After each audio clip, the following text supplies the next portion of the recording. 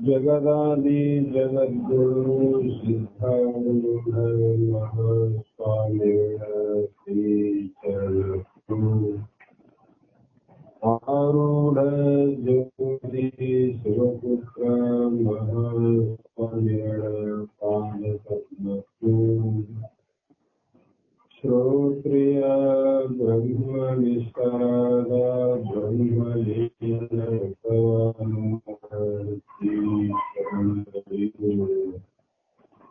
अनंत भीक दंड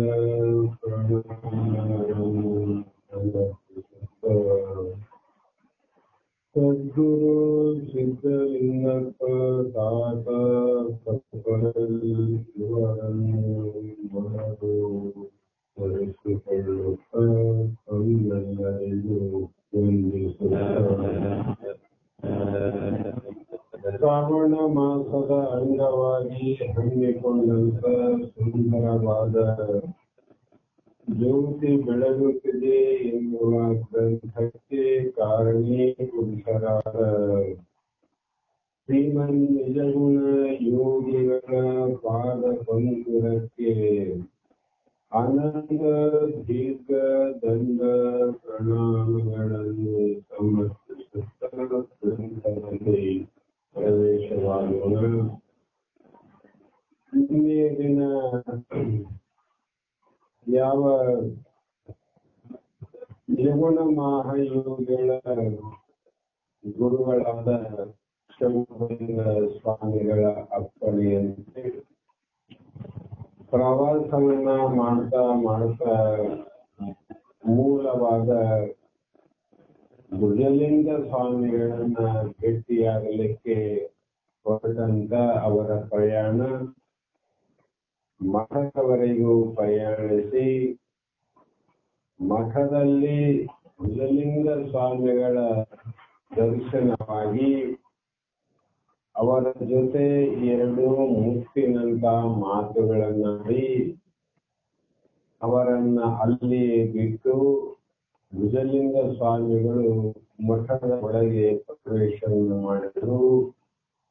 ಅವರ ಪ್ರವೇಶವನ್ನ ನೋಡ್ತಾ ನಿಂತಂತ ಸಂದರ್ಭದಲ್ಲಿ ಆ ಮಠದಲ್ಲಿ ಇರುವಂತಹ ಹಳೆಯ ಶಿಷ್ಯ ವರ್ಗ ಇವರ ಸಮೀಪಕ್ಕೆ ಬಂದು ಅವರ ಮಾತಿನ ವಿಚಾರವನ್ನು ಅರ್ಥ ಮಾಡಿಕೊಂಡು, ನಿಮಗೆ ಗುರುಗಳು ಮುಖ್ಯವಾಗಿ ಕಾಯಕದ ಆಚರಣೆಯಲ್ಲಿ ಮೊದಲು ನಿಷ್ಠೆ ಬರಬೇಕು ಅನ್ನುವ ರೀತಿಯಿಂದ ಆ ಮಠದ ಆವರಣದಲ್ಲಿ ಆ ಕಾರ್ಯಗಳೇ ಹೇಳಿಕೊಡುವುದು. ಕಾಯಕಕ್ಕೆ ಎಷ್ಟು ಮಹತ್ವ. ಎಲ್ಲಾ ಶಿಷ್ಯರು ಒಂದೊಂದು ಕೆಲಸವನ್ನು ಮಾಡ್ತಿದ್ರು. ಅವರು ಹೇಳಿದ್ರು, ಅದ್ಯಾವ ಪುಣ್ಯವೂ ಗೊತ್ತಿಲ್ಲ ಮತ್ತು ಯಾವ ಸಮಯದಲ್ಲಿ ಗುರುಗಳು ನಿಮಗೆ ಹೇಳಿ ಕಳಿಸ್ತಾರೋ ಗೊತ್ತಿಲ್ಲ. ಆದುದರಿಂದ ನೀವು ಇಲ್ಲೇ ಇದ್ದು ಅವರ ಅಪ್ಪಣೆಗಾಗಿ ನೀವು ಕಾಯುತ್ತಾ ಇರಿ ಅಂತ ಹೇಳಿದ್ರು. ಈ ಮಾತು ನಿಜಗುಣರಿಗೆ ಬಹಳ ಹಿಡಿಸಿತು. ಶಿಷ್ಯರ ನೆರವಿನಿಂದ ಆ ಮಠದ ಎಲ್ಲಾ ಕಾರ್ಯಗಳ ಬಗ್ಗೆ ಪರಿಚಯ ಆಯಿತು. ಈ ಮಠದಲ್ಲಿ ಸಾಯಂಕಾಲ ಏನು ಕಾರ್ಯ ಇರ್ತಾವ, ಉದಯ ಕಾಲದಲ್ಲಿ ಯಾವ ಕಾರ್ಯ, ಬ್ರಾಹ್ಮಿ ಮುಹೂರ್ತದಲ್ಲಿ ಯಾವ ಕಾರ್ಯ, ಮಧ್ಯಾಹ್ನದಲ್ಲಿ ಯಾವ ಕಾರ್ಯ ಎಲ್ಲವನ್ನ ತಿಳಿದುಕೊಂಡು ಅಲ್ಲಿನ ಕೆಲಸದ ಹೊಣೆಯನ್ನೆಲ್ಲ ತಾವೇ ಹೊತ್ತುಕೊಂಡಂತೆ ನಿಜಗುಣರು ಬಿಡುವಿಲ್ಲದೆ ಹಗಲು ರಾತ್ರಿ ಎನ್ನದೆ ಮಠದಲ್ಲಿ ದುಡಿಯಲು ಪ್ರಾರಂಭ ಮಾಡಿದರು. ಇವರು ಓದದ್ದು ಗುರುಗಳ ದರ್ಶನಕ್ಕಾಗಿ. ಆದರೆ ಮಾಡಿದ ಕೆಲಸ ಮಠದ ಸೇವೆಗಾಗಿ ಕಾರ್ಯವನ್ನು ಮಾಡಿದರು ನಿಜಗುಣ ಯೋಗಿಗಳು. ಹಾಗೆ ಮಠದ ಕಟ್ಟೆಯ ಒಂದು ತುದಿ ರಾತ್ರಿ ಅವರಿಗೆ ನಿದ್ರೆಗೆ ಅವಕಾಶವನ್ನು ಕೊಡುತ್ತಿತ್ತು. ಅವರು ಅರಮನೆಯಲ್ಲಿರ್ತಕ್ಕಂಥ ಮಂಚ ಗಾದಿ ಇದ್ದಿಲ್ಲ. ಸನ್ಯಾಸಿಯಾದಾಗ ಶಂಭುಲಿಂಗನ ಬೆಟ್ಟದಲ್ಲಿ ಮಂತ್ರಿ ಮಹೋದರಿಯರು ಪರಿಚಯ ಇರ್ತಕ್ಕಂಥ ಪಾಳೆಗಾರರು ಮಾಡುವಂತ ವ್ಯವಸ್ಥೆಯ ಹಾಸಿಗೆ ಕೂಡ ಇದ್ದಿಲ್ಲ. ಇಲ್ಲಿ ಯಾವುದು ಅವರಿಗೆ ಅವಕಾಶ ಕೊಟ್ಟದ್ದು ಅಂದ್ರೆ ಮಠದ ಕೊನೆಯಲ್ಲಿ ಒಂದು ಕಟ್ಟೆ ಇತ್ತು. ಆ ಕಟ್ಟೆಯಲ್ಲೇ ಅವರು ಸೇವೆಯನ್ನು ಮಾಡಿ ಮಲಗ್ತಾ ಇದ್ರು. ಮುಂಜಾನೆ ಎಲ್ಲರಿಗಿಂತ ಬಹು ಮುಂಚೆಯೇ ಎದ್ದು ಮಠದ ಪಕ್ಕದಲ್ಲೇ ಇದ್ದ ದೊಡ್ಡ ಬಾವಿ ನೀರನ್ನ ಸೇದಿ ಸ್ನಾನವನ್ನ ಮಾಡಿ ಪಕ್ಕದಲ್ಲಿ ಇದ್ದ ಶಿಲಾಪೀಠವೇ ಅವರ ಪೂಜಾ ಗ್ರಹವಾಗಿತ್ತು. ಎಲ್ಲರಿಗಿಂತ ಮೊದಲೆದ್ದು ಸ್ನಾನವನ್ನ ಮಾಡಿ ಸಂಧ್ಯಾವಂದನೆಯನ್ನು ಮಾಡಿ ಪಕ್ಕದಲ್ಲಿದ್ದ ಒಂದು ಸಣ್ಣ ಆವರಣವೇ ಅವರ ಶಿಲಾಪೀಠದ ಪೂಜಾ ಮಂದಿರ ಆಯಿತು. ಇವರ ಪೂಜೆ ಮುಗಿಯುವ ವೇಳೆಗೆ ಮಠದ ಒಳಗಿನಿಂದ ಭುಜಲಿಂಗರ ಪೂಜೆಯ ಘಂಟಾನಾದ ಕೇಳಿಬರುತ್ತಿತ್ತು. ಎಷ್ಟು ಸಮಯ ಅಂದ್ರೆ ಕಾಕತಾಳಿ ಅಂತ. ನಿಜವನರ ಪೂಜೆ ಮುಗಿಯುವ ಟೈಮಿಗೆ ಭುಜಲಿಂಗ ಸ್ವಾಮಿಗಳು ಮಠದಲ್ಲೇ ಮಾಡುವ ಪೂಜೆ ಅದು ನಡೀತಿತ್ತು. ಮಹಾಂತಪ್ಪನು ತನ್ನ ನಿತ್ಯ ಕರ್ಮಗಳನ್ನು ಮುಗಿಸಿ ಇವರನ್ನು ಕೂಡ ಬಂದು ಕೂಡ್ತಿದ್ದ. ಅನಂತರ ಕೆಲಸ ಪ್ರಾರಂಭ ಆಯ್ತಂದ್ರೆ ರಾತ್ರಿವರೆಗೂ ಬಿಡುವಿಲ್ಲದೆ ನಡೆಯುತ್ತಿತ್ತು. ಯಾವ ಕೆಲಸ ಅಂದ್ರೆ ಮಠದಲ್ಲಿ ಮೊದಲೇ ನಿರ್ಮಾಣವಾದ ಗೋಶಾಲೆಯ ಕೆಲಸದಿಂದ ಹಿಡಿದು ಆಕಳನ್ನ ಕಟ್ಟುವ ಗೋಶಾಲೆ ಅಂತ, ನಂತರ ದನಕರಗಳಿದ್ದು ಅಲ್ಲಿಂದ ಹಿಡಿದುಕೊಂಡು ಮತ್ತೆ ಎಲ್ಲಿಗೆ ಭೋಜನ ಶಾಲೆಯ ಕೆಲಸದವರೆಗೆ ಎಲ್ಲವನ್ನು ತಾರತಮ್ಯವಿಲ್ಲದೆ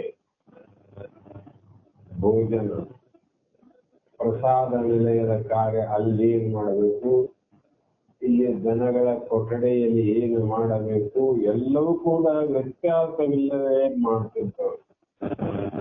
ಅದು ಕನಿಷ್ಠವಾದ ಕೆಲಸ, ಇದು ದೊಡ್ಡ ಶ್ರೇಷ್ಠವಾದ ಕೆಲಸ ಅಂತ ಭೇದ ಭಾವವಿಲ್ಲದೆ ಮಾಡುವಂತ ನಿಜಗುಣರು ಇತರ ಶಿಷ್ಯರನ್ನ ಬಿಡಿಸಿ ತಾವೇ ಕೆಲಸಕ್ಕೆ ಮುಂದೆ ನಿಲ್ಲುತ್ತಿದ್ದರು. ಅವರ ಶಿಷ್ಯರಿಗೆ ಮೊದಲಿದ್ದಲ್ಲ, ಅವ್ರೇನ್ ಕೆಲಸ ಮಾಡ್ತಾ ಇದ್ದಾಗ ನೀವು ಬಿಡ್ರಪ್ಪ ನಾನ್ ಮಾಡ್ತೀನಿ ಅಂತೇಳಿ ಅವ್ರು ಅಷ್ಟು ಕೆಲಸ ಮಾಡ್ತಿದ್ರು. ಸದ್ದಿಲ್ಲದೆ ಕೆಲಸವನ್ನು ಮಾಡಿ ಹಿಂದೆ ಸರಿದು ನಿಲ್ಲುತ್ತಿದ್ದರು. ಆ ಕಾಯಕ್ಕೆ ಹೇಗೆ ತಂದ್ರೆ ಯಾರಿಗೂ ಗೊತ್ತಾಗದಂಗೆ ತಮ್ಮ ಕೆಲಸ ಕಾರ್ಯಗಳನ್ನ ಮಾಡಿ ಮತ್ತೆ ಮರೆ ಹಾಕಿದ್ರು. ಉಳ್ದವ್ರಿಗೆ ಏನಂದ್ರೆ ಇದ್ದವರೇ ಮಾಡ್ಯಾರ ಹುಡಪ್ಪ ಈ ಕೆಲಸ ಅನ್ಬೇಕು ಹಂಗ ಮಾಡ್ತಿದ್ರು.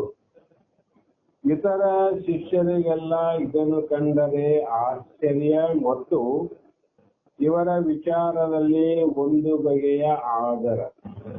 ಆಶ್ಚರ್ಯನಾಕೆಲ್ಲರಿಗೆ ಆದರ ಅಂದ್ರೆ ಇವರ ಮಾಡುವ ಕಾಯಕಕ್ಕೆ ಗೌರವ ಕೂಡ ಎಲ್ಲಾ ಶಿಷ್ಯರಲ್ಲಿ ಉತ್ಪತ್ತಿ ಆಯಿತು. ಹೀಗೆ ಕೆಲವು ದಿನಗಳು ಕಳೆದವು. ಇವತ್ತು ನಾಳೆ ಗುರುಗಳ ಕರೆ ಬಂದು ನಿರೀಕ್ಷಣೆ ಮಾಡುತ್ತಿದ್ದರು. ಅವರನ್ನ ಬಳಿಗೆ ಬರಮಾಡಿಕೊಳ್ಳುವ ಕುತೂಹಲವನ್ನ ತಡೆ ಹಿಡಿದು ಬೇಕಂತಲೇ ಉದಾಸೀನರ ಮುಖವಾಡವನ್ನ ಹಾಕಿದ್ದರು. ಹೀಗೆ ಕೆಲವು ದಿನಗಳು ಉರುಳಿದವು. ನಿಜಗುಣರು ತಾವು ನಿಂತ ನಿಲುವಿನಿಂದ ಅಣುಮಾತ್ರವು ಅತ್ಯುತ್ತ ಅಲುಗಲಿಲ್ಲ. ಗುರುಗಳು ಕೂಡ ಪರೀಕ್ಷೆ ಮಾಡ್ತಾರೆ, ಇವರಿಗೆ ಬೇಸರ ಬರ್ತದೇನು, ಎಷ್ಟು ದಿನ ಮಾಡಬಹುದು ಅನ್ನುವ ವಿಚಾರ ಇದ್ರೂ ಕೂಡ ನಿಜಗುಣರು ಅದಾವದ ಕಡೆ ಲಕ್ಷ್ಯ ಉಳ್ಳಿಲ್ಲ. ಕೊನೆಗೆ ಭುಜಲಿಂಗರೇ ಸೋತಂತೆ ನಿರ್ಣಯವನ್ನು ಮಾಡಿದರು. ಅವರನ್ನ ತಮ್ಮ ಬಳಿಗೆ ಬರಮಾಡಿಕೊಳ್ಳಬೇಕೆಂದು ಒಂದು ದಿನ ಬೆಳಗ್ಗೆ ನಿಜಗುಣರು ಹೂವಿನ ಗಿಡಗಳಿಗೆಲ್ಲ ನೀರನ್ನು ಹೊತ್ತು ಹಾಕಿ ಬಾವಿಯ ಕಟ್ಟೆಯ ಬಳಿ ಕುಳಿತುಕೊಂಡು ದಣಿವನ್ನ ಆರಿಸಿಕೊಳ್ಳುತ್ತಿದ್ದರು, ವಿಶ್ರಾಂತಿಯನ್ನು ಪಡೆದಿದ್ದು. ಅಷ್ಟರಲ್ಲಿ ಭುಜಲಿಂಗ ಸ್ವಾಮಿಗಳು ಶಿವಪೂಜೆಯ ಮರುದೇವರು ಬಳಿಗೆ ಬಂದು ಹೇಳಿದ, ಮಹಾಸ್ವಾಮಿಗಳು ತಮ್ಮನ್ನು ಬರಲು ಹೇಳುತ್ತಿದ್ದಾರೆ ಅಂತ ಭುಜಲಿಂಗ ಸ್ವಾಮಿಗಳ ಮರುದೇವರು ಬಂದು ನಿಜಗುಣರಿಗೆ ಹೇಳಿದ. ಸ್ವಾಮಿಗಳು ತಮ್ಮನ್ನು ಬರಲಿಕ್ಕೆ ಹೇಳಿದ್ದಾರೆ. ಗುರುಗಳು ಬರ ಹೇಳಿದ್ದಾರೆ. ಸಂತೋಷದಿಂದ ಉತ್ಸಾಹದಿಂದ ಕೇಳಿದರು ನಿಜಗುಣರು. ಹೌದು, ಈ ಕೂಡಲೇ ಕರೆದುಕೊಂಡು ಬರುವಂತೆ ಹೇಳಿದ್ದಾರೆ ಅಂತ ಆ ಮರುದೇವರು ಮತ್ತೆ ಹೇಳಿದಾಗ ಮಹಾಂತಪ್ಪ ಸುತ್ತಲೂ ನೋಡುತ್ತಾ ಕೂಗಿದರು ನಿಜಗುಣರು. ಹೇ ಮಹಾಂತಪ್ಪ ಅಂತ ಸುತ್ತಮುತ್ತ ನೋಡಿ ಕೂಗಿ ಕರೆದರು. ಸ್ವಲ್ಪ ದೂರದಲ್ಲಿ ಮಹಾಂತಪ್ಪ ಹೂವಿನ ಗಿಡಕ್ಕೆ ಪಾತಿಯನ್ನು ಕಟ್ಟುತ್ತಿದ್ದ. ಆ ಧ್ವನಿಯಲ್ಲಿದ್ದ ಆತುರವನ್ನು ಕಂಡು ಆ ಕೆಲಸವನ್ನ ಹಾಗೇ ಬಿಟ್ಟು ಬಳಿಗೆ ಬಂದ. ನಿಜಗುಣರ ಮಹಾಂತಪ್ಪ ಹೇ ಮಹಾಂತಪ್ಪ ಅನ್ನುವ ಶಬ್ದದಲ್ಲಿ ಆಶ್ಚರ್ಯ. ಯಾಕಿಂತಹ ಇಂತಹ ಮಾತಿನಿಂದ ಕೂಗ್ತಾರೆ, ಏನ್ ಅರ್ಜೆಂಟ್ ಇರಬಹುದಂತ ತನ್ನ ಕಾರ್ಯವನ್ನು ಬಿಟ್ಟು ಓಡಿ ಬಂದ. ಆಗ ಉತ್ಸಾಹದಿಂದ ಸಂತೋಷದಿಂದ ನಿಜಗುಣರು ಆ ವಿಷಯವನ್ನ ಮಹಾಂತಪ್ಪನಿಗೆ ಹೇಳಿದ್ರು. ನೋಡು, ಇವತ್ತು ಗುರುಗಳು ನಮಗೆ ಭೇಟಿ ಆಗಲಿಕ್ಕೆ ಸಮಯವನ್ನು ಕೊಟ್ಟಿದ್ದಾರೆ, ತಕ್ಷಣ ಬರ್ಲಿಕ್ಕೆ ಹೇಳಿದ್ದಾರೆ. ನಮಗೆ ಏನಾಗಿದೆ ಇವತ್ತಂದ್ರೆ, ಹುಡುಕುತ್ತಿದ್ದ ಅಪೂರ್ವ ನಿಧಿಯನ್ನು ಕಣ್ಣೆದುರಿಗೆ ಕಂಡಷ್ಟು ಸಂತೋಷವಾಗಿದೆ. ಹುಡುಕುವ ಬಳ್ಳಿ ಕಾಲಿಗೆ ತೊಡಗಿದಂತೆ. ಯಾವ ಔಷಧವನ್ನ ಹುಡುಕುವ ಗೊತ್ತಿದ್ದಂತ ವನಸ್ಪತಿ ವೈದ್ಯ ಆ ತಪ್ಪಲನ್ನ ಬಳ್ಳಿಯನ್ನ ಹುಡುಕ್ಲಿಕ್ಕೆ ಹೊರಟಾನೆ. ಸ್ವಲ್ಪ ದೂರ ಹೋಗದ್ರಾಗ ಯಾವುದೋ ಒಂದು ಬಳ್ಳಿ ಆತರ ಕಾಲಿಗೆ ಸುತ್ತಿತ್ತು. ಅದೇನಾದಂತ ನೋಡಕ್ ಹೋಗೋದ್ರಾಗ ತಾನೇನ್ ಹುಡುಕ್ತಿದ್ದ ಅದೇ ಬಳ್ಳಿ ಇತ್ತು. ಎಷ್ಟು ಸಂತೋಷ ಆಗದಲ್ಲ ಅವನಿಗೆ. ಇನ್ನೊಂದು ರೀತಿ ಹುಡುಕುವ ನಿಧಿ, ಧನವನ್ನ ಶೋಧನೆ ಮಾಡುವಂತವರಿಗೆ ಆ ಹಣದ ನಿಧಿ ತಾನು ನಿಂತ ನೆಲದ ಕೆಳಗಿದೆ ಅಂತ ಗೊತ್ತಾದಾಗ ಎಷ್ಟು ಸಂತೋಷವಾಗಬಹುದು. ಅದರಂತೆ ನಿಜಗುಣರಿಗೆ ಆ ಕ್ಷಣ ಅಷ್ಟು ಸಂತೋಷಕ್ಕೆ. ಯಾಕಂದ್ರೆ ಒಂದು ಜ್ಞಾನ ನಿಧಿಯನ್ನ ಶೋಧನೆ ಮಾಡುವಾಗ ಆ ನಿಧಿಯ ಸಂಪತ್ತು, ಆ ನಿಧಿ ಪ್ರಾಪ್ತಿ ಕಣ್ಣಾರೆ ನಾವು ನೋಡ್ತೀವಿ, ಇಲ್ಲೇ ಇದೆ ಅಂತ ಗೊತ್ತಾದಾಗ ಎಂಥ ಸಂತೋಷ ಆಗೋದಿಲ್ಲ. ಹಾಗೆ ಅವರಿಗೆ ಪುಳಕಿತ ಗಾತ್ರರಾಗಿ ಇಬ್ಬರೂ ಹೋಗಿ, ಮಹಾಂತಪ್ಪ ನಿಜಗುಣರು ಹೋಗಿ ಭಕ್ತಿಯಿಂದ ಬಾಗಿ ನಮಸ್ಕಾರವನ್ನು ಮಾಡಿ. ಭಕ್ತಿಯಿಂದ ಬಾಗಿದಾರ ಅಂದ್ರೆ ಅಲ್ಲಿ ಉತ್ತಮಂ ದೀರ್ಘದಂಡಂಚ ಅಂತ ಅರ್ಥ ಮಾಡಬೇಕು. ಅವರಿಗೆ ದೀರ್ಘವಾದ ನಮಸ್ಕಾರವನ್ನು ಮಾಡಿದರು. ಆಗ ಭುಜಲಿಂಗ ಸ್ವಾಮಿಗಳು ಬಾ ನಿಜಗುಣ, ಇತ್ತ ಬನ್ನಿ, ಇಲ್ಲಿ ಕುಳಿತುಕೊಳ್ಳಿ ಎಂದು ಇಬ್ಬರನ್ನ ಕುರಿತು ಹೇಳಿದರು ಭುಜಲಿಂಗ ಸ್ವಾಮಿಗಳು. ಬರಿಪ ಕೂಡ್ರಿ. ಅವರು ಕುಳಿತುಕೊಳ್ಳುವ ಅಷ್ಟರಲ್ಲಿ ಮತ್ತೆ ಭುಜಲಿಂಗರೇ ಹೇಳಿದರು, ನಿಮ್ಮ ಏಕೈಕ ನಿಷ್ಠೆ ತೃಪ್ತಿಯನ್ನ ಉಂಟು ಮಾಡಿತು. ಏಕೈಕ ನಿಷ್ಠೆಯನ್ನು ಕಾಯಕದಲ್ಲಿ ಏಕೈಕ ನಿಷ್ಠೆಯನ್ನು ನೋಡಿ ವಿಶ್ವಾಸವನ್ನು ನೋಡಿ, ನಿಮ್ಮ ಶ್ರದ್ಧೆಯನ್ನು ನೋಡಿ ನನಗೆ ಬಹಳ ಸಂತೋಷವನ್ನು ತಂದಿದೆ. ಯಾವುದೇ ವ್ಯಕ್ತಿಗೆ ನಾವು ಎಷ್ಟೇ ಮಾತುಗಳನ್ನಾಡಿದ್ರು ಕೂಡ ಆ ನಿಶ್ಚಯ ಅತಿ ಮುಖ್ಯವಾದದ್ದು. ಶಾಸ್ತ್ರಗಳಲ್ಲಿ ನಿಷ್ಠೆ ಬೇಕು. ದೇವರ ಕೃಪೆ ಆಗಬೇಕಾದರೆ ದೇವರಲ್ಲಿ ನಿಷ್ಠೆ ಬೇಕು. ಗುರುವಿನ ಕೃಪೆ ಆಗಬೇಕಿತ್ತು ಅಂದ್ರೆ ಗುರುವಿನ ನಿಷ್ಠೆ ಬೇಕು. ಅದರಂತೆ ನಾನು ಈಗ ಹೇಳ್ತೀನಿ, ಕಾಯಕದಲ್ಲಿ ನಿಮ್ಮ ನಿಷ್ಠೆ ಎಷ್ಟರ ಮಟ್ಟಿಗೆ ಇದೆ ಅನ್ನುವುದನ್ನ ಪರೀಕ್ಷೆ ಮಾಡೋದಕ್ಕೋಸ್ಕರವಾಗಿಯೇ ನಾನು ಸ್ವಲ್ಪ ಕಠಿಣವಾಗಿ ನಿಮ್ಮನ್ನ ಹೊರಗಿಟ್ಟು ನಾನು ಮಠದ ಒಳಗೆ ಇರಬೇಕಾಯಿತು. ಯಾತಕ್ಕೋಸ್ಕರ? ನಿಮ್ಮ ನಿಷ್ಠೆಯ ಪರೀಕ್ಷೆಯನ್ನು ಮಾಡೋಕ್ಕೋಸ್ಕರ. ಮಹಾತ್ಮರೆಲ್ಲ ಹಾಗೆ ಮಾಡಿದ್ರು. ಗಜದಂಡ ಮಹಾಸ್ವಾಮಿಗಳು ಸಿದ್ಧಾರೂಢನ ಹೊರಗಿಟ್ರು, 12 ವರ್ಷ ಹೊರಗಿಟ್ರು. ಅವರಿಗೆ ಗೊತ್ತಿಲ್ಲದೆ ಹೊರಗಿಟ್ರು. ಸಿದ್ಧ ಆರೂಢರು ಎಂಥವರು ಅನ್ನುವುದು ಗೊತ್ತಿಲ್ಲದೆ ಹೊರಗಿಟ್ಟರು. ಯಾರು? ಗಜದಂಡ ಮಹಾಸ್ವಾಮಿ. ಸಿದ್ಧಾರೂಢರ ಜ್ಞಾನದಿಂದ ಗಜದಂಡ ಮಹಾಸ್ವಾಮಿ ಗೊತ್ತಾಯಿತು, ಇವರೆಂತ ಮಹಾಜ್ಞಾನಿ. ಶಿಷ್ಯನಿಂದ ಗುರುವಿಗೆ ಆಯ್ತು ನೋಡ್ರಿ. ಇಲ್ಲಿ ಗುರುಗಳೇ ಸ್ವತಃ ನಿಜ ಗುಣಗಳನ್ನೇ ಪರೀಕ್ಷೆ ಮಾಡಿ. ಕಾರಣ ಅವಾಗ ಏನು ಇಲ್ಲ ಗುರುಗಳೇ, ತಮ್ಮ ಅಪಾರವಾದ ಕರುಣೆಯಿಂದ ನಾವು ಬದುಕಿದೆವು. ನಿಜಗುಣರು ಈ ರೀತಿ ಹೇಳಿದಾಗ, ನೋಡು ತಮ್ಮ, ಆ ದಿನ ನಿನ್ನನ್ನ ನೋಡಿದಾಗಲೇ ನಿನ್ನಲ್ಲಿ ಇರುವ ವಿಶೇಷ ಶಕ್ತಿಯ ಪರಿಚಯ ನನಗಾಗಲ್ಲ. ನೀವು ಮಠಕ್ಕೆ ಬಂದ ದಿನ ಹೊರಗಡೆ ಇದ್ದಾಗ ನೀವೇನು ನಮಸ್ಕಾರ ಮಾಡಿ, ಯಾವ ಊರು ಅಂತ ಕೇಳಿದಾಗ, ನಿಮ್ಮ ಹೆಸರೇನಂತ ಕೇಳಿದಾಗ ಅಷ್ಟ 2 ಮಾತಿನಲ್ಲಿ ಗೊತ್ತಾಗಿದೆ ನಿಮ್ಮ ಶಕ್ತಿ ವಿಶೇಷ ಪರಿಚಯ ನನಗಾಗದ. ಆದರೆ ನೀನು ಸುಖಜೀವಿಯಾಗಿರಬಹುದೆಂಬ ಭಾವನೆ ಅದೇಕೋ ನನ್ನ ಮನಸ್ಸಿನಲ್ಲಿ ಸುಳಿಯಿತು. ಅದನ್ನು ಪರೀಕ್ಷೆ ಮಾಡುವುದಕ್ಕಾಗಿ ನಾನು ಈ ರೀತಿ ನಡೆದುಕೊಂಡೆ. ಈಗ ನನಗೆ ಮನದಟ್ಟಾಯಿತು ಅದು ಕೇವಲ ನನ್ನ ಭ್ರಮೆ ಎಂದು. ಇಂಥ ನೀನು ಮೊದಲೇ ರಾಜ ಮಹಾರಾಜ ಆಗಿ ನೀ ಸುಖಜೀವಿಯಾಗಿದ್ದಿ, ಇಂಥ ಕಷ್ಟದ ಕಾರ್ಯವನ್ನ ಹೇಗೆ ಮಾಡಬಹುದು ಅನ್ನುವ ವಿಚಾರವನ್ನ ಅರಿಯುವುದಕ್ಕಾಗಿ ಈ ಪರೀಕ್ಷೆ ಮಾಡಿದೆ. ಆದರೆ ಈಗ ನನಗೆ ಗೊತ್ತಾಯಿತು, ನಾನು ಆ ದಿನ ಆ ಭಾವದಿಂದ ನಿಮ್ಮನ್ನ ಪರೀಕ್ಷೆಗೆ ಒಳ ಮಾಡಿದ್ದು ನನ್ನ ಭ್ರಮೆ ಎಂದು. ಅದೆಂಗ ಸಾಧ್ಯ, ಹೇಗಾಗಬಹುದು ಅಂತ ಭ್ರಮೆ, ಅದೊಂದು ಭ್ರಾಂತಿ.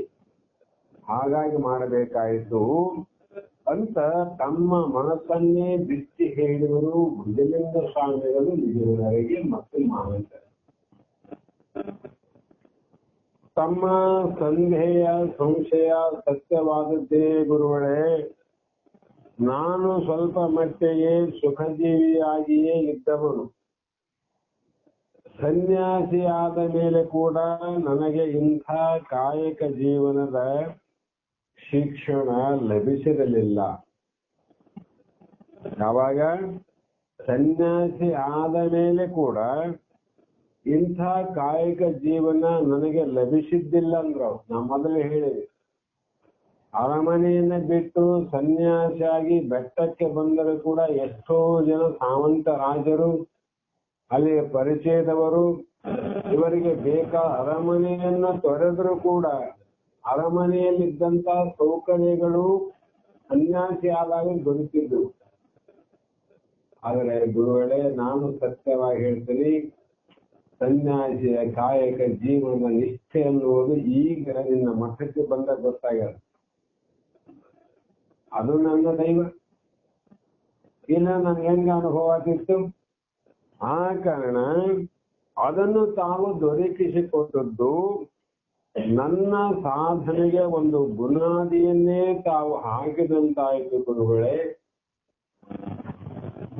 ನೋಡ್ರಿ, ಬುನಾದಿ ನಿಮ್ಮ ಕೃಪೆ ಅಂದ್ರ. ಆದರೆ ನಿನ್ನ ಪೂರ್ವ ಆಶ್ರಮದ ಪರಿಚಯವನ್ನ ನನಗೆ ಹೇಳಬಹುದೇ ಅಂತ ಗುರುಗಳು ಕೇಳ್ತಾರೆ. ಪೂರ್ವ ಆಶ್ರಮ, ಮೊದಲ ಆಶ್ರಮ ಕರ್ನಾಟಕದ ದಕ್ಷಿಣದ ಕೊನೆಯಲ್ಲಿ ಒಂದು ಸಣ್ಣ ತುಂಡು ರಾಜ್ಯಕ್ಕೆ ನಾನು ರಾಜನೆನಿಸಿಕೊಂಡಿದ್ದವನು ಎಂದು ಪ್ರಾರಂಭಿಸಿ ಸಂಕ್ಷೇಪವಾಗಿ ತಮ್ಮ ಪರಿಚಯವನ್ನು ಮಾಡಿಕೊಟ್ಟರು. ಜೊತೆಯಲ್ಲಿಯೇ ಮಹಾಂತರ್ಪಣ ಪರಿಚಯವನ್ನು ಕೂಡ ಮಾಡಿದರು. ಎಲ್ಲವನ್ನ ಕೇಳಿಯಾದ ಮೇಲೆ ಗಂಭೀರ ಮುಖ ಭಾವದಿಂದ ಹೇಳಿದ ಭುಜಲಿಂಗರು, ಯಾವುದೋ ಮರೆತು ಹೋದ ನೆನಪೊಂದನ್ನು ಗುರುತು ಹಿಡಿಯಲು ಪ್ರಯತ್ನಿಸುವಂತೆ ಶಂಭುಲಿಂಗನ ವಿಷಯವನ್ನ ಹೇಳಿದೊಡನೆ ಸತ್ಯ ಗೋಚರಿಸಿತು. ನನ್ನ ಶಿಷ್ಯನ ಶಿಷ್ಯನೇನು ಇವನು. ಅವ್ರ ಪರಿಚಯ ಹೇಳಿದಲ್ಲ, ಹೀಗೆ ಬಿಟ್ಟಿವಿ. ಆಮೇಲೆ ಶಂಭುಲಿಂಗರ ಆದೇಶದಿಂದ ಹೆಂಡತಿಯ ಅಪ್ಪಣೆಯನ್ನು ಪಡೆದು, ಗುರು ಕಾಣಿಕೆಯನ್ನು ಪಡೆದು, ನಂತರ ಬೆಟ್ಟಕ್ಕೆ ಬಂದು ಗುರುಗಳ ಜೊತೆಯಲ್ಲಿ ವಾಸ ಮಾಡುವಾಗ ಗುರುಗಳ ಆಜ್ಞೆಯಂತೆ ಅದ್ವೈತದ ಕೊನೆಯ ಸಿದ್ಧಾಂತವನ್ನು ಅರಿಯಲಿಕ್ಕೆ ಭುಜಲಿಂಗ ಸ್ವಾಮಿಯಲ್ಲಿಯೇ ನೀವು ಹೋಗ್ಬೇಕು ಅಂತ ಹೇಳಿದ್ರು ಅಂತ ಹೇಳ್ಕಂತ ಬಂದಾಗ ಗೊತ್ತಾಯ್ತು. ಭುಜಲಿಂಗ ಸ್ವಾಮಿಗಳ ಶಿಷ್ಯರೇ ಶಂಭುಲಿಂಗ ಸ್ವಾಮಿಗಳು, ಅವರ ಶಿಷ್ಯ, ಆ ಶಿಷ್ಯನ ಶಿಷ್ಯ ಭುಜಲಿಂಗ ಸ್ವಾಮಿಗಳ ಶಿಷ್ಯ ಅಂತ ಅರ್ಥ ಆಯ್ತು. ಅವರ ಕರುಣೆಯಿಂದ ನಾನೊಂದು ರೂಪ ಪಡೆದುಕೊಂಡು ನಿಮ್ಮ ಬಳಿ ಬರುವ ಯೋಗ್ಯತೆ ಸಂಪಾದಿಸಿದ್ದೇನೆ ಗುರುಗಳೇ ಅಂತ ಹೇಳಿದಾಗ, ಅವರ ಕರುಣೆಯಾಗಲಿ ಅಥವಾ ನನ್ನ ಸಾನ್ನಿಧ್ಯವಾಗಲಿ ಶಿವನ ಸಂಕಲ್ಪದ ಒಂದು ಸಂಕೇತವೆಂದು ಭಾವಿಸಿದ್ದೇನೆ. ನೀನು ಮಹತ್ತರವಾದದ್ದನ್ನ ಸಾಧಿಸುವುದಕ್ಕಾಗಿಯೇ ಬಂದವನು. ಆ ನಿನ್ನ ಸಾಧನೆಯ ಮಾರ್ಗಕ್ಕೆ ನೆಪ ಮಾತ್ರವಾದ ಜೀವಿತೆಗಳು ನಾವು. ನಿನ್ನ ಸ್ವಯಂ ಪ್ರಭೆಯ ದಿವ್ಯ ತೇಜಸ್ಸೇ ನಿನ್ನನ್ನು ನಡೆಸಿಕೊಂಡು ಹೋಗುತ್ತದೆ ಅಂತ ಭುಜಲಿಂಗ ಸ್ವಾಮಿಗಳು ಹೇಳ್ತಾರೆ. ಹೌದಪ್ಪ, ಅವರಾಗಲಿ ಅವರ ಕೃಪೆ ಅದಿಲ್ಲ ಅಂತಲ್ಲ, ಅವರ ಕೃಪೆಯಿಂದ ನಮ್ಮ ಸಾನ್ನಿಧ್ಯ ನಿನಗೆ ಪ್ರಾಪ್ತಿಯಾಗದಂದ್ರೆ ಇದಕ್ಕೆ ಮೂಲ ಒಂದು ಶಿವನ ಸಂಕಲ್ಪದ ಒಂದು ಸಂದೇಶ ಅಂತ ತಗೊಂಡ ಬಂದಿದ್ದೀನಿ. ನೀನು ಆ ಸಂದೇಶದ ಪ್ರಕಾರವಾಗಿ ದೊಡ್ಡ ಕಾರ್ಯವನ್ನ ಮಾಡಲಿಕ್ಕೆ ಜಗತ್ತಿಗೆ ನೀನು ಬಂದವನು. ಆ ನಿನ್ನ ಸಾಧನೆಯ ಮಾರ್ಗದಲ್ಲಿ ನಾವು ನೆಪ ಮಾತ್ರ. ನನ್ನ ಗುರು ಶಂಭುಲಿಂಗ ಆಗಲಿ, ಶಂಭುಲಿಂಗನ ಗುರು ಭುಜಲಿಂಗನಾಗಲಿ, ಎಲ್ಲವೂ ಒಂದು ನೆಪ ಮಾತ್ರ. ನಿನ್ನ ದಾರಿ ನಡೀತಿರ್ತದ. ಕತ್ತಲ ಮಾರ್ಗದಲ್ಲಿ ಬೆಳಕಿಗೋಸ್ಕರ ದೇವರಿಗೆ ಇಡದಂತೆ ನೀನು ಸಾಧನೆಯ ಮಾರ್ಗದಲ್ಲಿ ಬೆಳಕಿನಂತೆ ಸಹಾಯವಾಗಬಲ್ಲವೇ ವಿನಃ ದಾರಿ ನಡೆಯುವವನು ನೀವೇ ಅಂತ ಹೇಳಿದಾಗ, ಆ ನಿನ್ನ ತೇಜಸ್ಸೇ ಆ ಸಂಕಲ್ಪವೇ ನಿನ್ನ ಹೋಗ್ತದಪ್ಪ ಅಂತ ಅವರು ಹೇಳಿದ್ರು. ಆಗ ತಾವು ಹಾಗೆ ಹೇಳಬಾರದು ಗುರುಗಳೇ, ತಮ್ಮ ಕೃಪಾ ಆಶೀರ್ವಾದದಿಂದ ನನ್ನನ್ನು ಮುಂದೆ ನಡೆಸಬೇಕು. ಮತ್ತೆ ನಮಸ್ಕಾರವನ್ನು ಮಾಡಿದ ಜೀವನರು ಹೇಳುವುದು, ಜೀವನ ಎಲ್ಲಿಯವರೆಗೆ ನಿನ್ನ ಸಾಧನೆ ಮುಂದುವರೆದರೆ ವಿವರವಾಗಿ ಹೇಳು ಅಂತ ಗುರುಗಳು ಹೇಳಿದರು. ಇಲ್ಲಿವರೆಗೆ ಪ್ರಾರಂಭದಿಂದ ಯಾವ ಮಟ್ಟದ ಮೆಟ್ಟಿಲ ಮೇಲೆ ಸಾಧನೆ ಮಾಡಿ ಈಗ ನಿಂತಿದ್ದಿ, ಈಗ ಕಲಿತ ಸಾಧನೆಯನ್ನ ನನಗೆ ಹೇಳು. ಸ್ವಾಮಿ ನಿಜವಾಗಿ ಹೇಳಬೇಕಂದ್ರೆ ಪುಸ್ತಕದ ಜ್ಞಾನ ಬಂದ್ರೆ ನಿಜವಾದ ಅನುಭವದ ಅಪರಿಚಿತ.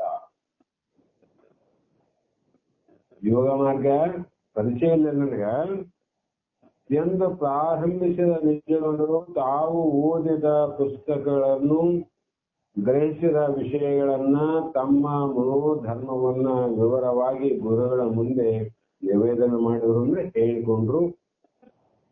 ಭುಜಲಿಂಗರು ಎಲ್ಲವನ್ನ ಕೇಳಿ ಜ್ಞಾನ ಮಾರ್ಗದ ಯೋಗ ಸಾಧನೆಗೆ ಅಗತ್ಯವಾದ ಪೂರ್ವ ಸಿದ್ಧತೆಗಳನ್ನೆಲ್ಲ ನಿಜಗುಣರಿಗೆ ಅಳವಟ್ಟಿರುವುದನ್ನು ಗಮನಿಸಿದರು.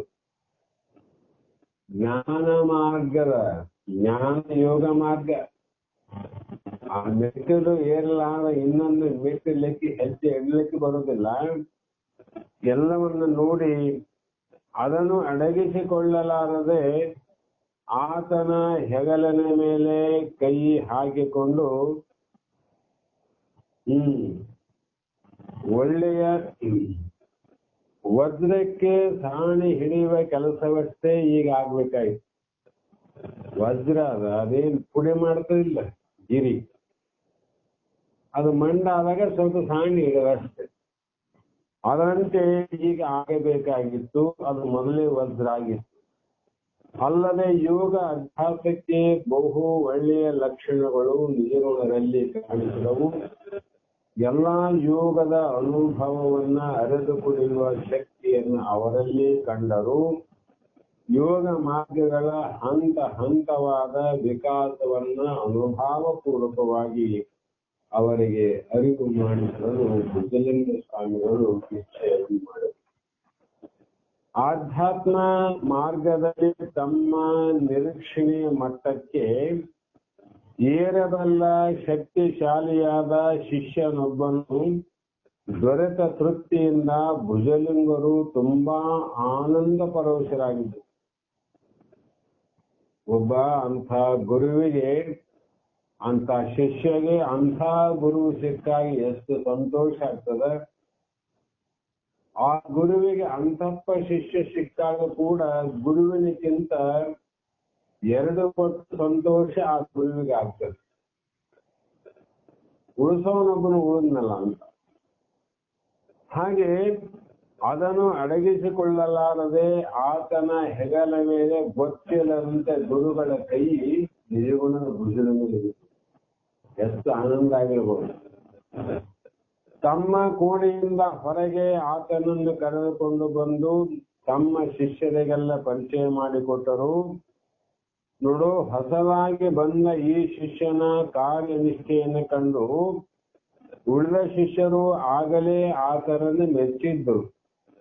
ಈಗ ಗುರುಗಳು ಆ ಶಿಷ್ಯನ ಹೆಗಲ ಮೇಲೆ ತಮ್ಮ ಕೈಯನ್ನು ಹಾಕಿಕೊಂಡು ಬರುವುದನ್ನು ಕಂಡ ಮೇಲಂತೂ ನಿಜಗುಣದ ಮೇಲೆ ಉಳಿದ ಶಿಷ್ಯರಿಗೆ ಅಪಾರ ಗೌರವ ಬಂತು. ಗುರುಗಳೇ ಶಿಷ್ಯನ ಇರ್ತಾರಂದ್ರೆ ಅವ್ರು ಎಂಥವ್ರು ಇರ್ಬೋದು ಅಂತಕ್ಕಂಥ ಭಾವ ಎಲ್ಲರಿಗಂತೂ ಅಂದಿನ ಅನುಭವ ಗೋಷ್ಠಿಯಲ್ಲಿ ಇದ್ದಕ್ಕಿದ್ದಂತೆ ಭುಜಲಿಂಗರು ನಿಜಗುಣರನ್ನ ಪ್ರವಚನ ರೂಪವಾಗಿ 4 ಸಾಂಕೇತಿಕ ಮಾತುಗಳನ್ನ ಹೇಳುವಂತೆ ಇದ್ದಕ್ಕಿಂದ ಕರೆದು ಬಿಟ್ರು. ಇದನ್ನ ನೋಡಿದ್ರೆ ಮೈ ಜುಮ್ ಅಂತ ಪ್ರಸಂಗ ನಿಮಗೆಲ್ಲ ಗೊತ್ತಿದೆ. ಅಂದ್ರೆ ನಾನು ಯಾಕೆ ಹೇಳ್ತೀನಿ ಅಂದ್ರೆ, ಸುಮ್ಮನೆ ಗುರುಗಳು ಯಾವ ರೀತಿ ಯಾವಾಗ ಏನ್ ಕರೆ ಕೊಡ್ತಾರ ಗೊತ್ತಿಲ್ಲ. ನಮ್ಮ ಬಸವಾನಂದ ಗುರುಗಳು ಇಲ್ಲಿ ಇದ್ದಾಗ ನಮ್ಮ ಯೋಗ ಮಾರ್ಗದ ಸುರೇಶ್ ಸರ್ ಅವರು, ಮೇಡಮ್ ಅವರು, ಬಹಳ ಜನ ಈ ವೀರಭದ್ರ ಸ್ವಾಮಿ ಅವರೆಲ್ಲ ಯೋಗ ಕ್ಲಾಸ್ ಮಾಡ್ತಿದ್ರು. ಅವರ ಗುರುಗಳ ಪುಣ್ಯ ಯಾವುದು ಹುಟ್ಟಿದ ಹಬ್ಬವನ್ನು ಆಚರಣೆ ಮಾಡ್ಬೇಕಂತ ಅವ್ರ ಗುರುಗಳು ಹಿಮಾಲಯದಲ್ಲಿ ಇದ್ದಾರಂತ ಹೇಳಿ ಆ ದಿನದ ಪ್ರಯುಕ್ತವಾಗಿ ಈ ವಾಟರ್ ಹೌಸ್ ಗಾರ್ಡನ್ ನಲ್ಲಿ ಒಂದು ಕಾರ್ಯಕ್ರಮ ಇಟ್ಟರು. ಆ ಕಾರ್ಯಕ್ರಮಕ್ಕೆ ಯಾರಾದ್ರೊಬ್ರು ಗುರುಗಳಿದ್ರೆ ಯೋಗ್ಯ ಅಂತ ಹೇಳ್ಕೊಂಡು ಇಲ್ಲೊಬ್ರು ಬ್ರಾಹ್ಮಣ ಇರ್ತಾರೆ ಏನಾರ ವಿಜಯಕುಮಾರ್ ಇಲ್ಲಿ ಮೊದಲೇ ಬರ್ತಿದ್ದ ಆತ ಹೇಳಿದಂತೆ ವಿಜಯಕುಮಾರ್ ನಿಮ್ಮ ಮನೆಗೆ ಅವರು ಇಲ್ಲ ಇಲ್ಲೇ ಒಬ್ರು ಗುರುಗಳಾರ ಅವ್ರನ್ನ ಕರೆದರಾಯ್ತು ಅಂತ ಹೇಳಿ ಹೇಳಿದಾಗ ಎಲ್ಲಾರು ಆಯ್ತು ಅಂತ ಹೇಳ್ಯಾರ. ಆತ ಹೇಳಕ್ ಬಂದ ಗುರುಗಳಿನ ಕಾರ್ಯಕ್ರಮ ಆದಿವಾರ ಬರಬೇಕು ಅಂತ ಹೇಳಿದಾಗ ನಮ್ಮನ್ ಕೇಳಿದ್ರು ಹಿಂಗೆ ತಾತ ಅಂದಾಗ ಆಯ್ತು ಬರ್ತೇವೆ. ನೀವು ಯೋಗದವರು ನಾವು ಜ್ಞಾನದವರು ಮತ್ತೆ ಯೋಗದ ಬಗ್ಗೆ ಮಾತಾಡಿದ್ರು ತಮ್ಮ ನಿಮ್ಮಂದ್ರೆ ಎಲ್ಲಾನು ಕೇಳ್ಕೊಂಬಂದ್ ಹೇಳಲ್ಲ ಗುರುಗಳು. ಇಲ್ರಿ ನೀವ್ ಏನ್ ಮಾತಾಡಿದ್ರು ಯೋಗ್ಯ ಅಂದಾಗ ಆಯ್ತು. ಅವತ್ತಿನ ದಿವಸ ಹೋಗಿ ನಾವೆಲ್ಲರೂ ಇದ್ವಿ, ಬಹಳ ಜನ ಇದ್ವಿ, ಟಾಟಾ ಸುಮ್ ಹೋಗಿತ್ತು. ಅವೆಲ್ಲ ಭಜನೆ ಗಿಜನೆ ಆದ ಮೇಲೆ ಕಾರ್ಯಕ್ರಮ ಶುರುವಾಯ್ತು. ಗುರುಗಳನ್ನ ನಾಲ್ಕು ಮಾತಾಡ್ಬೇಕಂತ ಹೇಳಿ ಅವ್ರು ಮೇಕೆಲ್ಲ ವ್ಯವಸ್ಥೆ ಮಾಡಿದ್ರು. ಅವಾಗ ಬಸವಣ್ಣನ ಕುರ್ಚಿ ಮೇಲೆ ಕುಂತಾರ. ತಮ್ಮ ಇಲ್ವಾ ನಾನು ಮಾತಾಡ್ತೀನಿ, ನಾ ಮಾತಾಡೋಕ್ಕಿಂತ ಮುಂಚೆ ದೇವೇಂದ್ರಪ್ಪ ಹೇಳ್ರಿ ಮೊದಲು ಮಾತಾಡಲ್ಲ ಅಂದ್ಬಿಟ್ಟು ಏನ್ ಇದ್ದಕ್ಕಿದ್ದಂಗ ಸಂದರ್ಭ ಹೇಳ್ತೇನೆ ನಾನು. ಹಾಗೆ ಮತ್ ಅವಾಗ ಏನಾಯ್ತು, ನಮ್ಗ ಗುರುಗಳನ್ನ ಮಾತು ಮೀರ್ಲಾರ್ದಂಗ ಆಯ್ತು. ಮಾತು ಮೀರಕ್ ಬರಂಗಿಲ್ಲ, ಒಪ್ಪೆ ಎಲ್ಲ ತಪ್ಪೆ ಇಲ್ಲ, ನಮ್ಗೇನ್ ಮಾಡೋದು ಆಯ್ತು ನೀನೇ ಅಂತೇಳಿ ಮಾಡಿದ್ವಿ. ಅದ್ರಂಗ ಅನಿರೀಕ್ಷಿತವಾದರೂ ಗುರುಗಳ ಮಾತನ್ನ ಮೀರುವಂತಿರಲಿಲ್ಲ. ಗುರುವಿಗೆ ಪ್ರಣಾಮಗಳನ್ನು ಮಾಡಿ ವಿನಯದಿಂದ ಮಾತನಾಡಲು ಪ್ರಾರಂಭಿಸಿದರು. ಮುಂದುವರೆದಂತೆ ಅಧಿಕೃತವಾದ ದೃಢ ಸ್ವರದಿಂದ ಮಾತುಗಳು ನುಡಿಯತೊಡಗಿದವು. ಧರ್ಮದ ವಿವಿಧ ಮಾರ್ಗಗಳನ್ನು ವಿವರಿಸಿದರು. ಸಾಧಕರ ಲಕ್ಷಣಗಳನ್ನ ಅಧಿಕಾರಿಗಳನ್ನ ಹೇಳಿದರು. ಆದರೆ ಕೊನೆಯಲ್ಲಿ ಈ ತಮ್ಮ ಮಾತುಗಳೆಲ್ಲ ಕೇವಲ ಕಲಿತ ಪಾಠಗಳೆಂದು, ಅವು ಸಾರ್ಥಕವಾಗಬೇಕಾದರೆ ಅಂತರಂಗದಲ್ಲಿ ಅವುಗಳ ಅರಿವು ಅರಳಿ ಅನುಭವ ಆಗಬೇಕೆಂದು ಅದನ್ನು ಕರುಣಿಸುವ ಗುರು ಸನ್ನಿಧಿಯಲ್ಲಿ ಸೇರಿರುವ ತಮ್ಮ ಜೀವನ ಧನ್ಯವೆಂದು ಮಾತನ್ನು ಮುಗಿಸಿದರು. ಎಂಥ ಅದ್ಭುತ ಮಾತು! ಹೀಗೆ ಅವರ ಕೊನೆಯ ಮಾತುಗಳೇನಂದ್ರೆ, ಅದಕ್ಕೆ ನಾನು ಮೊದಲು ಹೇಳ್ತೀನಿ, ಮೊದಲು ಅಂದ್ರೆ ಇದು ಕೇಳುವುದು ಮೊದಲು, ಆಮೇಲೆ ಅದನ್ನ ಅರ್ಥೈಸುವುದು, ಆಮೇಲೆ ಅನುಭವ ಪಡೋದು, ಅನುಭವಿಸಿದ ಮೇಲೆ ಆನಂದದಲ್ಲಿ ಇರುವುದು. ಇಷ್ಟು ಕೆಲಸ ಕೊನೆಗೆ ಇದು ಅವಲೋಕಿಸುವುದನ್ನು ಕೇಳುವುದು, ಒಳಗೆ ಅದು ಗಟ್ಟಿ ಆಗಬೇಕಲ್ಲ. ಅಂತ ಗಟ್ಟಿ ಆಗುವಂತ ಒಂದು ಗುರುಸ್ಥಾನದಲ್ಲಿ ನಾನು ಬಂದೀನಿ ಅಂತ ಅವ್ರ ಮಾತು ಮುಗಿಸಿದಾಗ, ಅಷ್ಟರಲ್ಲಿ ಅದುವರೆಗೂ ಎಲ್ಲಿಯೂ ಅಡಗಿಸಿಟ್ಟಿದ್ದ ಏಕನಾದವನ ತಂದು ಮಹಂತಪ್ಪ ನಿಜಗುಣದ ಕೈಗಿತ್ತು. ಅದೇ ಆವೇಶದಲ್ಲಿದ್ದ ನಿಜಗುಣರಿಗೂ ಸ್ಫೂರ್ತಿ ಬಂದಂತಾಯಿತು. ಅದನ್ನ ಪಿಡಿಯುತ್ತಾ ಹಾಡತೊಡೆಯೋದು. ಮತ್ತೆ ಮಹಂತಪ್ಪ ತಂದು ಕೊಟ್ಟ, ಅವ್ರು ಹೆಂಗೆ ಇರ್ತಾವ, ಕೆಲವು ಪೀಟಿ ಗೀಟಿ ಸಿಕ್ಕರೆ ಬಹಳ ಆನಂದ ಆಗ್ತವ ಮನಸ್ಸಿಗೆ. ಅವಾಗ ಪದ್ಯ ತೆಗೆದವಳು. ಯಾವ ಪದ್ಯ?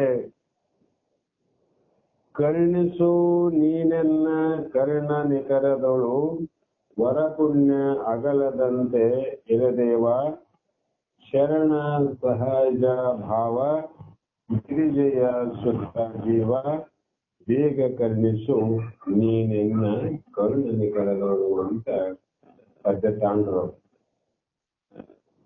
ಸತಿ ಮೊದಲಾದ ಸಂಪದವ ನೆಲೆಸಿ ಮಂದಮತಿ ಕಂಡ ಕೆಲಸವನ್ನು ಅಲಸದೆ ಕ್ಷಿತಿಯೋಳು ಎಸಗುವಂತೆ ದೃಷ್ಟಾಂತ ಕೊಡ್ತಾರೆ. ನನಗೇನು ಕರುಣಿಸಪ್ಪ ನೀನು, ಏನು ಕೃಪೆ ಮಾಡು, ಏನಂತ ಆಶೀರ್ವಾದ ಮಾಡು ಅಂದ್ರೆ, ವರ ಪುಣ್ಯ ಹಾಕಲಬಾರದು, ಪುಣ್ಯ ಹೋಗ್ಲಿ, ವರ ಪುಣ್ಯ ಹೋಗಬಾರ್ದು. ಅದು ಹೋಗ್ಲಾರ್ದಂಗ ಹೇಗೆ ಮಾಡು ಅಂದ್ರೆ, ಸತಿ ಮೊದಲಾದ, ಸತಿ ಅಂದ್ರೆ ಹೆಂಡತಿ, ಪುತ್ರ, ಧನ, ಕನಕ, ಆಸ್ತಿ, ಅಂತಸ್ತು, ಭೋಗ, ಭಾಗ್ಯ, ಇವೆಲ್ಲ ಏನಾವ ವಿಷಯಾದಿಗಳು ಇವೇ ಸಂಪತ್ತು ಅಂತ ಇಚ್ಛಿಸಿ ಅದನ್ನ ಬಯಸಿ ನಿರ್ಣಯ ಮಾಡಿಕೊಂಡು ಮಂದಮತಿ ಹಿಂಗೆಲ್ಲ ತಿಳ್ಕೊಂಡು ಯಾರು ಅಂದ್ರೆ ಬುದ್ಧಿಗೇಡ್ ಅಂದ್ರು ಅವ್ರು. ಮಂದ ಬುದ್ಧಿ ಅಂದ್ರೆ ಅವನು ಉತ್ತಮನಲ್ಲ, ಮಧ್ಯಮನಲ್ಲ, ಕನಿಷ್ಠನು ಅಂತ ಅರ್ಥ. ಕನಿಷ್ಠನಿಗೆ ಏನಪ್ಪಾ ಜಗತ್ತಿನಲ್ಲಿ ಅಂದ್ರೆ ಇವೇ ದೊಡ್ಡ ಭಾಗ್ಯ, ಇದೇ ದೊಡ್ಡ ಸಂಪತ್ತು. ಮಕ್ಕಳು ಹೆಚ್ಚಾವಂದ್ರೆ ನಿನ್ನ ಹೊಟ್ಟೆ ಬಡಗಲಿ ತಾಯಿ ಎಂತ ಸಂಪತ್ತು ನಿಂದು ಅಂತ ಅನ್ನೋರು. ಕನಕನಕವನ್ನು ನೋಡಿ ಎಂತ ಶ್ರೀಮಂತಿಕೆ, ಎಂತ ಪುಣ್ಯಾತ್ಮರಂಬೋರು. ಪ್ರತಿಯೊಂದು ಕಾಣುವ ವಸ್ತುಗಳ ಸಿರಿಯನ್ನೇ ನೋಡಿ ಅವೇನು ಹೆಚ್ಚಾದಂಗೆಲ್ಲ ಅವೇ ಶ್ರೇಷ್ಠ ಅನ್ಕೊಂಬೋದು. ಸಣ್ಣ ಮನೆ ಇದ್ದರು ಸುಮಾರು ಅಂದ್ರು, ದೊಡ್ಡ ಮನೆ ಕಟ್ಟಿದಾಗ ಏನ್ ಪುಣ್ಯ ಅಂದ್ರು. ಸಣ್ಣ ಮನೆ ಇದ್ದರು ಪಾಪಿಗಳು. ಮನೆ ಸಣ್ಣದ ದೊಡ್ಡದಿರಬಹುದು, ಮನುಷ್ಯ ಮಾತ್ರ ಅವನು ದೊಡ್ಡವನಲ್ಲ ಸಣ್ಣವನಲ್ಲ, ಎಲ್ಲ ಕಡೆ ಒಬ್ಬನೇ ಪರಮಾತ್ಮ. ಆದ್ರೆ ಮಂದಮತಿ ದೃಷ್ಟಿಯಲ್ಲಿ ಇವನು ಬಹಳ ದೊಡ್ಡರು. ಇಷ್ಟು ವರ್ಷ ದುಡಿದ್ರಂತ ಏನ್ ಮಾಡಿದ್ರು, ಇಷ್ಟು ವರ್ಷ ನೌಕರಿ ಮಾಡ್ಯಾರಂತ ಏಟ್ ಗಳಿಸ್ಯಾರ. ಬುದ್ಧಿಗೇಡಲ್ಲ ಅವರು. ನೋಡು ಮೊನ್ನೆ ದುಡ್ಡಕ್ಕೆ ಹೋದ್ರೆ ಏನೇನು ಮಾಡಲ್ಲ. ಆಸ್ತಿ ಗಳಿಸಿದ, ಎಷ್ಟು ಗಳಿಸಿದ, ಅಷ್ಟು ಮನೆ ಕಟ್ಟಿದ, ಇಷ್ಟು ಮನೆ ಕಟ್ಟಿದ, ಎಷ್ಟು ಬಂಗಾರ ಮಾಡದ ಅಷ್ಟು ಬಂಗಾರ. ಮನುಷ್ಯನೊಳಗೆ ಎಷ್ಟು ಮನೆಯೊಳಗೆ ಎಷ್ಟು ಶೃಂಗಾರವನ್ನು ವಿಚಾರ ಮಾಡಂಗಿಲ್ಲ ಅವ್ರು, ಬರೀ ಬಂಗಾರ ವಿಚಾರ ಮಾಡ್ತಾವ. ಮನುಷ್ಯನೊಳಗೆ ಶೃಂಗಾರ ಅಂದ್ರೆ ಏನು? ಮನುಷ್ಯನೊಳಗೆ ಆನಂದ ಇರಬೇಕು. ಮನೆಯ ವ್ಯಕ್ತಿಗತದಲ್ಲಿ ಸಂತೋಷ ಇರಬೇಕು, ಆನಂದ ಆಗ್ಬೇಕು.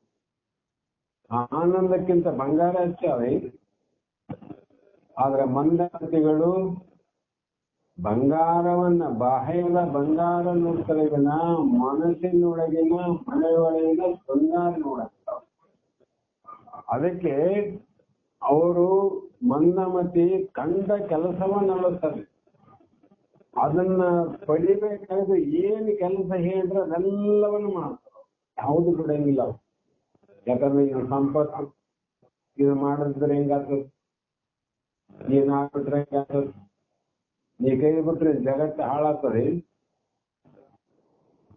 ನಾವೊಬ್ರು ಕೈ ಬಿಟ್ರೆ ಎಲ್ಲರೂ ಹಾಳಾಗ್ತಾರೆ ಜಗತ್ತು. ನಾವೇನು ಎಲ್ಲರೂ ಉದ್ಧಾರ ಮಾಡಕ್ಕೆ ಭಗವಂತ ಪರಮಾತ್ಮ ರಕ್ಷಣೆ ಕರ್ತಾರೆ.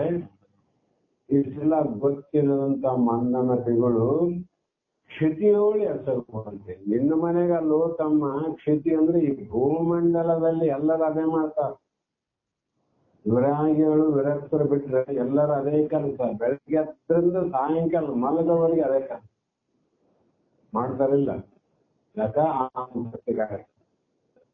ಅದರಂತೆ ನನಗೆ ಕೊಡು ಗುರು ಸೇವೆಯೋಳು ಅಭಿರತಿಯ ಎನ್ನೊಡಲ ಈ ಎನ್ನೊಡಲಿಗೆ ಈ ಅಖಿಲೇಶ ನೃತಗುಣ ನಿಧಿಕೋಶ ದಿಸ ಪಂಚ ವಿಧಪಾಶ ಬೇಗ ಕೈ.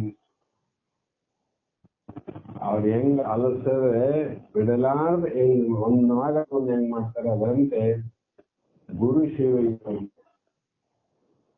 ಬಹಳ ದುರ್ಲಭ. ಗುರುವಿನ ಉಚ್ಚನ ಉಪದೇಶ ಆಗಬಹುದು, ಅಂತ ಗುರುವಿನ ಸೇವೆ ಮಾಡೋ ಭಾಗ್ಯ ಸಿಗೋದು ಬಹು ಕಷ್ಟ. ಯಾಕಂದ್ರೆ ಸಾಕ್ಷಾತ್ ಭದ್ದು ನರಾಕೃತಿ ಅಂತ ಶಾಸ್ತ್ರವೇದ ಹೇಳ್ತಾರೆ. ಅಂದ್ರೆ ಪರಮಾತ್ಮ ಎಷ್ಟು ಮಂದಿಗೆ ಸಿಕ್ಕಾನ ಅಂತ. ಪರಮಾತ್ಮ ಎಷ್ಟು ಮಂದಿ ಕಂಡಾರ?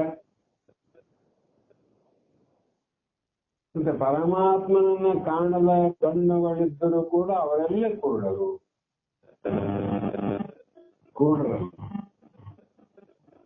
ಅವರಂತೆ ಅಂಥ ಗುರುವಿಗೆ ಸೇವೆ ಮಾಡುವಂತ ಅಭಿವೃದ್ಧಿ ಅಂದ್ರೆ ಸದಾ ಕೆಡಲಾರದ ಪ್ರೇಮವನ್ನ. ನನ್ನ ಎನ್ನೊಡಲಿಗೆ, ನನ್ನ ಮನಸ್ಸಿಗೆ ಕೊಡು ಅಖಿಲೇಶ ಅಂದ್ರೆ ಪರಮಾತ್ಮನೇ ಮೃತಗುಣ ನಿಧಿ ಕೋಶ ಜತ ಪಂಚಗುಣ ಪಾಶ ಕರುಣಿಸಲಿ ಅಂತ ಹೇಳಿದ್ರು. ಮತ್ತೆ ಇನ್ನು ಜನರೊಲಿವ ಅಭಿಮಾನದಳು ವಾದಿ ಬಹುತರ್ಕವನ್ನೇ ಬಿಡದೆ ಓದಿ ಬಳಲುವಂತೆ ಮರುಗಳ ಜಪವನ್ನ ಮೇಲ್ನುಡಿಯೊಳಗೆ ಅನುದಿನವಿರೆ ಮಾಡು ಪಾವನಶೀಲ ನುತಿನೂಲ ನಿನಮಿತ ಸುರಜಾಲ ಬೇಗ ಕರುಣಿಸು ನೀನೆನ್ನ ಕರುಣದಿ ಕರಳು. ಇವು ಯಾರೆಲ್ಲ ಇರ್ತಾವಂದ್ರೆ ವರ ಪುಣ್ಯದಲ್ಲಿ ಬರ್ತಕ್ಕಂಥ ವಿಚಾರ. ಪುಣ್ಯದವಲ್ಲ, ವರ ಪುಣ್ಯ ಆ ಪುಣ್ಯಕ್ಕಿಂತ ದೊಡ್ಡ ಪುಣ್ಯ ಅಂತ. ಅದಕ್ಕೆ ಜನರು ಒಲಿವ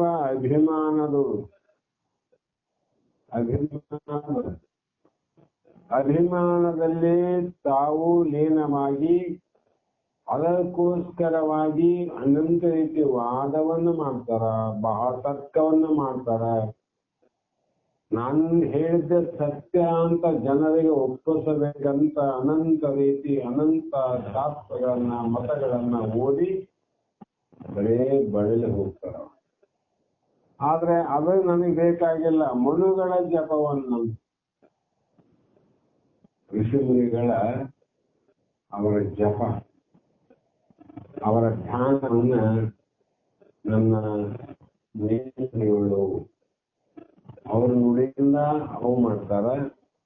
ಅದರ ಬದಲು ನುಡಿಯಲ್ಲಿ ಮನುಗಳ ಜಪವನ್ನ ಮಾಡು ಪಾವನಶೀಲ ಅನ್ನುವಂತ ಮಾತು ಹೇಳಿ ಮತ್ತೆ ಹೇಳಿ ಅವ್ರೇನ್ ಮಾಡ್ತಾರಂದ್ರೆ ಆ ತಂಬೂರಿನಾದದಲ್ಲಿ ಕುಂತ ಗುರು ಶಿಷ್ಯರ ಮಧ್ಯದಲ್ಲಿ ಆ ಒಂದು 4 ಮಾತುಗಳನ್ನು ಹಾಡಿ ಮಾಂತಪ್ಪ ವೀಣೆಯನ್ನು ತಂದು ಕೊಟ್ಟಾಗ ಇಂಥ ಸುಂದರವಾದ ಪದ್ಯವನ್ನು ಹಾಡಿದಾಗ ಇದುವರೆಗಿನ ತಮ್ಮ ಗುರು ಸೇವೆಯ ಮನೋಧರ್ಮವನ್ನೇ ಆ ಪದ್ಯದಲ್ಲಿ ಅಭಿವ್ಯಕ್ತಗೊಳಿಸಿದಂತಿರ್ತದೆ.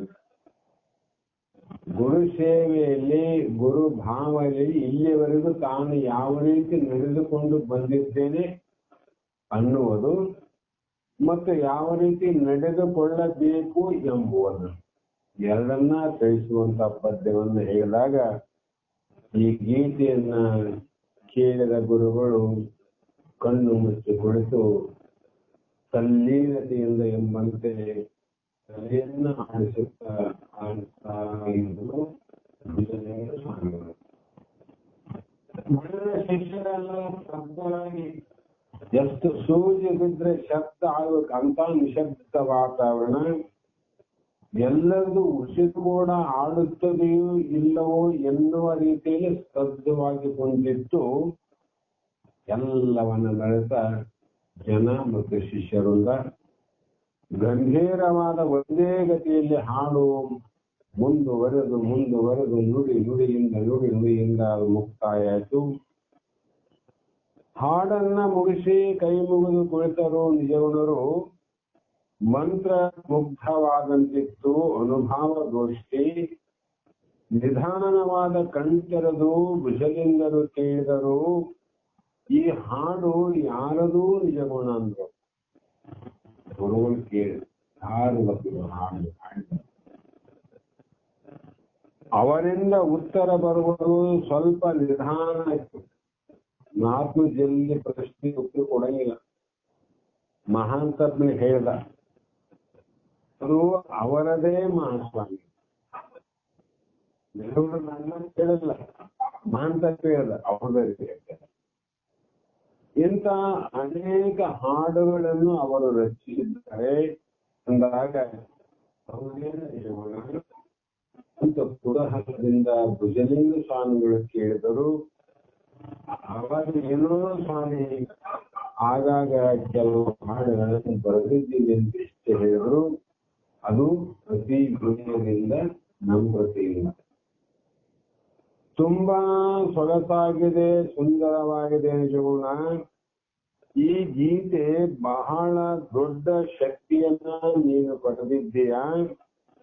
ಆಧ್ಯಾತ್ಮಿಕ ಸಾಧನೆಯ ಜೊತೆಗೆ ಅನುಭವವನ್ನು ಕಾವ್ಯ ಮುಖದಿಂದ ಅಭಿವ್ಯಕ್ತಗೊಳಿಸುವ ನಿನ್ನ ಪ್ರತಿಭೆ ನಿನ್ನಲ್ಲಿ ಇರುವುದು ಸುವರ್ಣಕ್ಕೆ ಸುವಾಸನೆ ಒದಗಿದಂತಾಯಿತು. ಬಂಗಾರಕ್ಕ ಅದಕ್ಕೂ ವರ್ಣ ಬಣ್ಣ ಬಣ್ಣದ ಜೊತೆಗೆ ಹೂವಿನ ವಾಸನೆ ಕೂಡಿದಂಗೆ ಆಯ್ತು ನೋಡಪ್ಪ, ಅಂಥ ಪದ್ಯಗಳನ್ನ ನೀನು ಬರೆದಿದ್ದಿ ಅಂತ ಹೇಳಿ ಇತರ ಶಿಷ್ಯರತ್ತ ತಿರುಗಿ ನೋಡಿ, ಈ ನಿಜಗುಣ ಒಂದು ಅಗಾಧವಾದ ಶಕ್ತಿ, ನಮ್ಮೆಲ್ಲರಿಗೂ ಕೀರ್ತಿಯನ್ನ ತರಬಲ್ಲ ಅಮೂಲ್ಯ ಸಂಪತ್ತು ಇದು ಅಂತ ಹೇಳಿ ಶಿಷ್ಯರು ಹರ್ಷ ಧ್ವನಿಯನ್ನ ಮಾಡಿ ಚಪ್ಪಾಳೆಯನ್ನು ತಟ್ಟಿ ತಮ್ಮ ಸಂತೋಷವನ್ನು ವ್ಯಕ್ತಪಡಿಸಿದರು. ಮಹಾಂತಪ್ಪನ ಕಣ್ಣುಗಳ ಸಂತೋಷದಿಂದ ಹನಿ ಬರ್ತಾ ಇದ್ವು. ನಿಜಗುಣರು ಸಂಕೋಚದಿಂದ ತಲೆಬಾಗಿ ಕುಳಿತಿದ್ದರು. ಎಲ್ಲರ ಕಣ್ಣುಗಳು ಅವರತ್ತಲೇ ತಿರುಗಿದವು.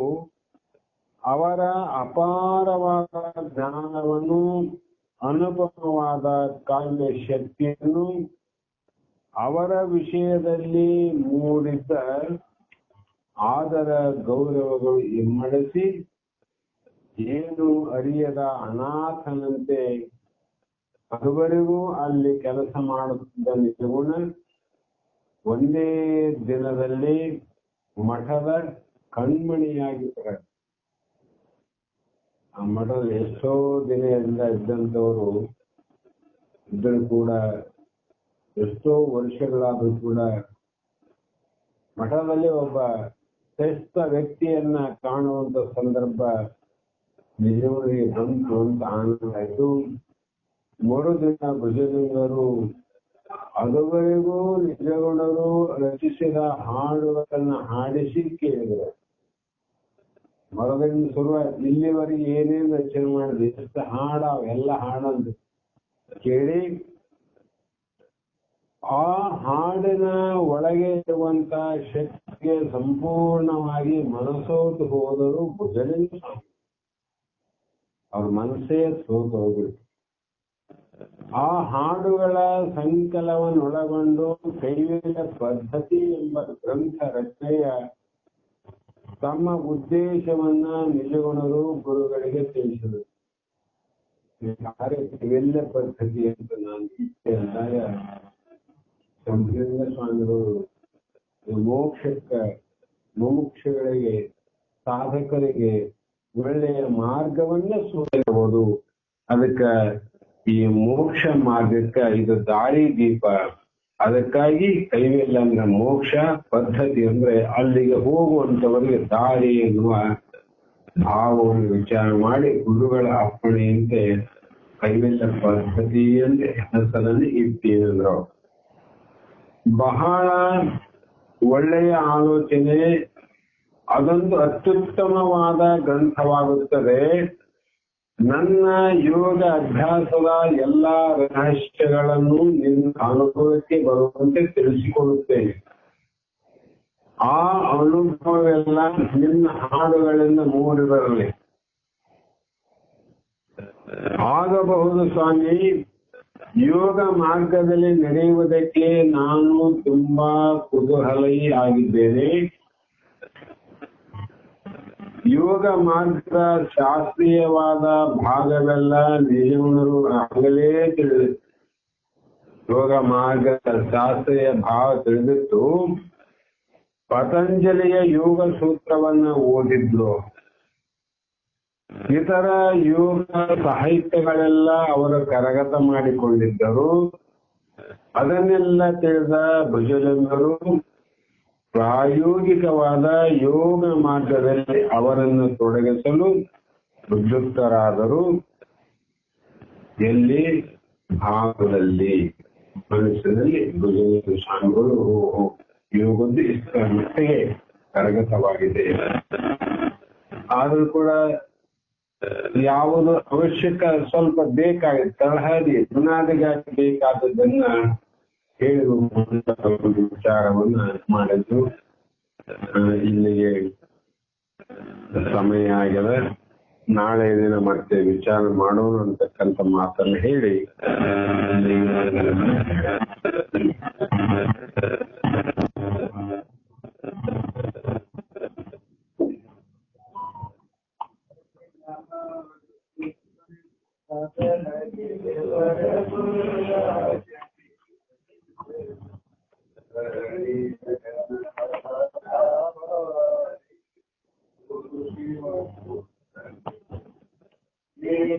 ನಿರಂಜನ ನಿರುಪಮನಾಥ ಕೈಲಾಸ